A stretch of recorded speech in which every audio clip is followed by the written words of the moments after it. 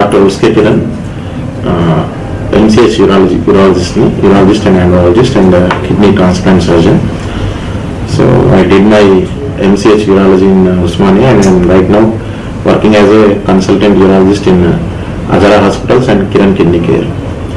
So World Kidney Day, March 13th, 2025. Theme of the 2025 is Detect Early and Protect Your Kidneys. So అంటే early diseases, kidney డిసీజెస్ని ఎర్లీగా detect చేయడము and how to protect the kidneys అనేది ఈ 2025 March 13th theme. So kidney ప్రాబ్లమ్స్ని ఎర్లీగా detect చేయడానికి చాలా simple methods. ఒకటి చిన్న బ్లడ్ టెస్ట్ ఉంటుంది, సీరం క్రియాటినిన్ అని, blood urea and serum creatinine. ఒక చిన్న బ్లడ్ టెస్ట్ ద్వారా చాలా కిడ్నీ ప్రాబ్లమ్స్ని, కిడ్నీ యొక్క పనితనం సంబంధించిన ప్రాబ్లమ్స్ని మనం చాలా ఎర్లీగా డిటెక్ట్ చేయొచ్చు. అండ్ ఒక చిన్న స్కాన్, అల్ట్రాసౌండ్ అబ్డామిన్ అని చాలా చిన్న స్కాన్ ద్వారా కూడా మన కిడ్నీలో ఉన్న ప్రాబ్లమ్స్ని చాలా ఎర్లీ స్టేజ్లో డిటెక్ట్ చేయొచ్చు. Next prevent your health problems kidneys అంటే జనరల్గా కిడ్నీస్ చాలా ప్రాబ్లమ్స్ అనేవి డీహైడ్రేషన్తో, అంటే వాటర్ తక్కువ తీసుకోవడం వల్ల మనకు కిడ్నీ ప్రాబ్లమ్స్ అనేవి స్టార్ట్ అవుతుంది. సో మంచి వాటర్ తీసుకోవడం, అంటే at least per day 3 to 4 liters water తీసుకోవడం అనేది compulsory. 12 glasses of water or at least 3 to 4 liters of water తీసుకోవడం అనేది చాలా ఇంపార్టెంట్. అదే డైట్, అంటే ఎక్కువ హై ప్రోటీన్ డైట్ తీసుకోకపోవడం అనేది చాలా ఇంపార్టెంట్. అంటే నాన్ వెజ్, చికెన్, మటన్ తక్కువ తీసుకోవడం, ఫిష్ తక్కువ తీసుకోవడం. And oxalate and calcium contents ఉన్న ఫుడ్ అంటే టమాటా, పాలకూర. ఈ స్టోన్స్ అనేది జనరల్గా చాలా వరకు కూడా మన శరీర తత్వం బట్టి, అంటే పుట్టినప్పుడే మన కిడ్నీ ఫిల్టరేషన్ బట్టి 80% ఆఫ్ ద మెంబర్స్లో పుట్టినప్పుడే మన కిడ్నీ ఫిల్టరేషన్ బట్టి డిసైడ్ అవుతుంది. రీనల్ ట్యూబులర్ ఎసిడోసిస్ అనే చిన్న కొన్ని డిసీజెస్ వల్ల ఫిల్టరేషన్ అనేది కొంచెం తేడా ఉంది. యూరిన్లో ఎక్కువగా మినరల్స్ పోవడం వల్ల ఆ మినరల్స్ ఒక పటికలాగా ఏర్పడి మనకు స్టోన్స్ తయారవడం అనేది జరుగుతుంది.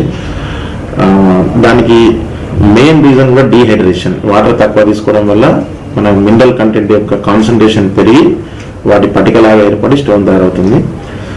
వీటికి మెయిన్గా సిమ్టమ్స్ ఏముంటాయంటే నొప్పి.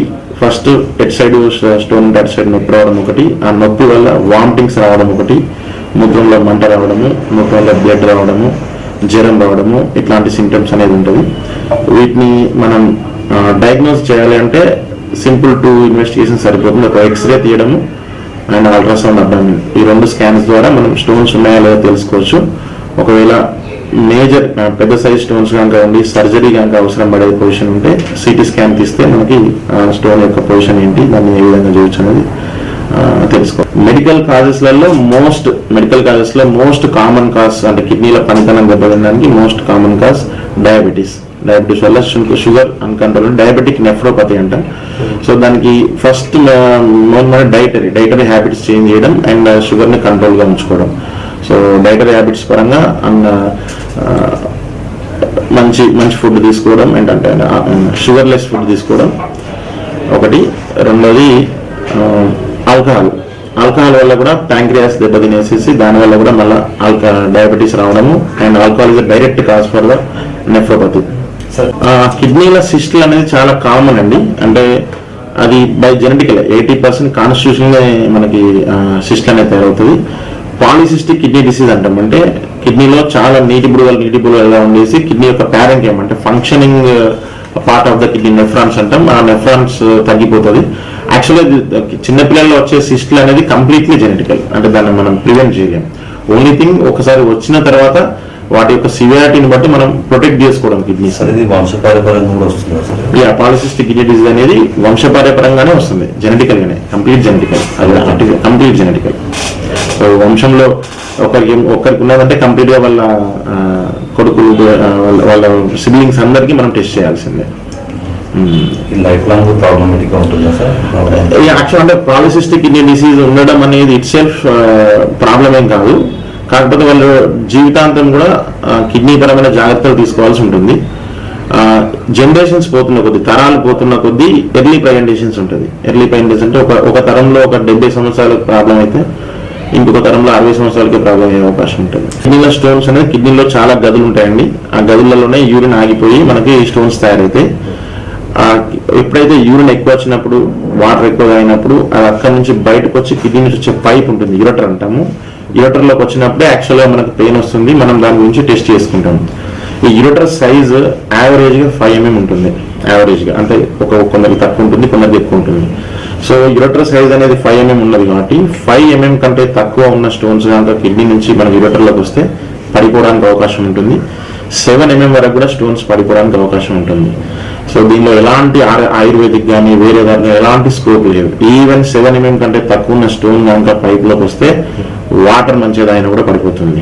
సో దానికి ఎలా మనం ఓన్లీ పెయిన్ రిలీవ్ చేయడం కోసం మెడికేషన్స్ ఇవ్వడమే కానీ 7 mm కంటే తక్కువ ఉంటే జనరల్గా 95% ఎబో పర్సెంట్లో సర్జరీ అవసరం పడదు. ఎవరికో కొందరికి నారో యూరటర్స్ ఉంటాయి, అంటే వాళ్ళ పైపులు కూడా సన్న ఉంటాయి. అట్లాంటి వాళ్ళకి ఈవెన్ 6 mm 7 mm స్టోన్స్ కూడా ఉంటాయి. సర్జరీ అవసరం పడుతుంది.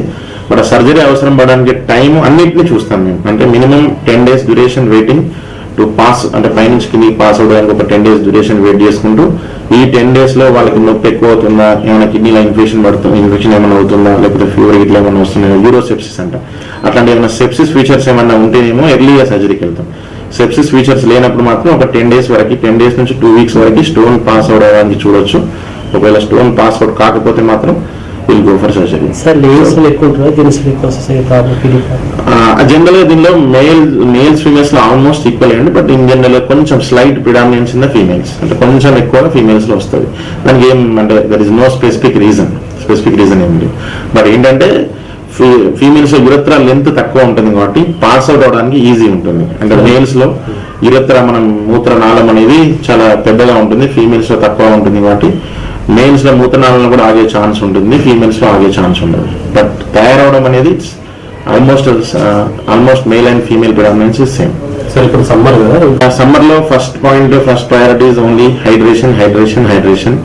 సో డెఫినెట్ గా per day minimum of 12 glass of water తీసుకోవాలి, or 3 to 4 liters of water తీసుకోవాలి. డైటరీ హ్యాబిట్స్ కనుక తీసుకుంటే అంటే వాటరీ కంటెంట్ ఫుడ్స్ ఏదైనా, కొబ్బరి నీళ్ళు, పుచ్చకాయ, లేకపోతే వాటరీ కంటెంట్ ఫుడ్ ఉన్న ఏదన్నా ఎక్కువ తీసుకోవచ్చు. ఈ మినరల్ కంటెంట్ ఎక్కువ ఉన్న ఫుడ్, అంటే ఆక్సిలేట్ కంటెంట్, కాల్షియం కంటెంట్ ఎక్కువ ఉన్న ఫుడ్స్, టమాటా, పాలకూర, తోటకూర, high protein diet, chicken, mutton, fish ఇవన్నీ తక్కువ తీసుకోవాలి. క్యాషూ నట్స్, బాదం ఇవన్నీ కూడా కొంచెం హై ప్రోటీన్ డైట్స్ కిందకి వస్తాయి. ఇట్లాంటివన్నీ తక్కువ తీసుకోవాలి. డయాబెటిక్ ఉన్న వాళ్ళు ఓకే కిడ్నీ కోసం ఇటువంటి ఫ్రూట్స్ తినలేదు చాలా మంది, వాళ్ళ కోసం అంటే సేమ్ ఇది ఈ రెగ్యులర్ స్టోన్స్ ఉన్న వాళ్ళకి ఏమేమి జాగ్రత్తలు తీసుకుంటారో అవి తీసుకుంటూ అడిషనల్ గా షుగర్ కంట్రోల్ అండ్ అన్నిటికంటే most important physical exercise, physical activity చాలా ఇంపార్టెంట్. అంటే మార్నింగ్ పూట డైలీ వాకింగ్ అట్లీస్ట్ 1 hour వాకింగ్ చేసుకోవడం and morning to evening regular hydration maintain చేయడం, దాంతోపాటు sugar less foods, diabetic diet తీసుకోవడం. నెక్స్ట్ ఏంటంటే 2 అండి, ఒకటి serum creatine and blood urea, ఒకటి నేను అల్ట్రాసౌండ్ స్కాన్. ఒక సింపుల్ అల్ట్రాసౌండ్ స్కాన్ చాలా ప్రాబ్లమ్స్ ని డిటెక్ట్ చేయగలుగుతుంది. కిడ్నీకి సంబంధించిన almost more than 90% of the problems ని చిన్న అల్ట్రాసౌండ్ స్కాన్ డిటెక్ట్ చేయగలుగుతుంది. దాంతోపాటు ఒక క్రియాటినిన్ టెస్ట్ బయట ఓన్లీ 100 రూపాయలు ఉంటుంది అంతే. ఆ క్రియాటినిన్ టెస్ట్ తోని మనం నిజంగా కిడ్నీస్ మంచిగా ఉన్నాయో కూడా తెలుసుకోవచ్చు. జస్ట్ ఈ ultrasound scan and serum creatinine రెండింటితోటి ఆల్మోస్ట్ 90% అబోవ్ కిడ్నీ ప్రాబ్లమ్స్ ని మనం డిటెక్ట్ చేయవచ్చు. Doing a third transplantation in Warangal, and this is the first hospital outside Hyderabad, first hospital to do 3 transplants outside Hyderabad. We are the first hospital. So generally మేము అంటే urology, నేను I'm specialist in urology, andrology and kidney transplant surgery అండి. So urology పరంగా ఉన్న అన్ని services అంటే kidney stones కి సంబంధించిన అన్ని అడ్వాన్స్డ్ ట్రీట్మెంట్స్, అంటే ఎండోస్కోపిక్ స్టోన్ రిమూవల్, ఎండోస్కోపీ ద్వారా స్టోన్ తీయడము, లేజర్ ద్వారా స్టోన్ తీయడము, నెక్స్ట్ PCNL అంటే చిన్న హోల్ ద్వారా మనం కంప్లీట్ స్టోన్ తీయడము. సో స్టోన్ కు సంబంధించిన కంప్లీట్ ట్రీట్మెంట్స్ మన దగ్గర అందుబాటులో ఉన్నాయి. దాంతోపాటు ఆండ్రాలజీ అంటే అన్ని రకాల ఫర్టిలిటీ ప్రాబ్లమ్స్, మేల్ ఇన్ఫర్టి అంటే మగవాళ్ళల్లో సంతానం లేమికి, అంటే వీరకాల సంఖ్య తగ్గిపోవడము, వాటికి ట్రీట్మెంట్స్. దాంతోపాటు అన్ని రకాల సెక్స్ ప్రాబ్లమ్స్, అంటే ఆండ్రాలజీ కింద మనకి అన్ని రకాల sex problems and infertility problems అనేది వస్తాయి. ఈ రెండింటిని తీసుకుంటాం. ఇవి పోతే న్యూరో యూరాలజీ అంటాం. న్యూరో యూరాలజీ అంటే యూరాలజీకి సంబంధించిన, అంటే మూత్రం ఎక్కువ ఆడవాళ్ళలో మూత్రం దానంతట అదే పడిపోవడము, అంటే మూత్ర సంచి యొక్క వీక్ అయిపోయి పడిపోవడం, అండ్ చిన్నపిల్లలు వచ్చే జన్యుపరమైన సంబంధమైన వ్యాధులు అంటే కిడ్నీ నుంచి వచ్చే పైపులు సన్నబడము, లేకపోతే అంగంలో మనకి ప్రాబ్లమ్స్ ఉండడము అని పిడియాట్రిక్ యూరాలజీ అంటాం. So urology, andrology, paediatric urology, neuro urology అన్ని సర్వీసెస్ మా దగ్గర అందుబాటులో ఉన్నాయి. And recently kidney transplant surgeries కూడా వీఆర్ డూయింగ్.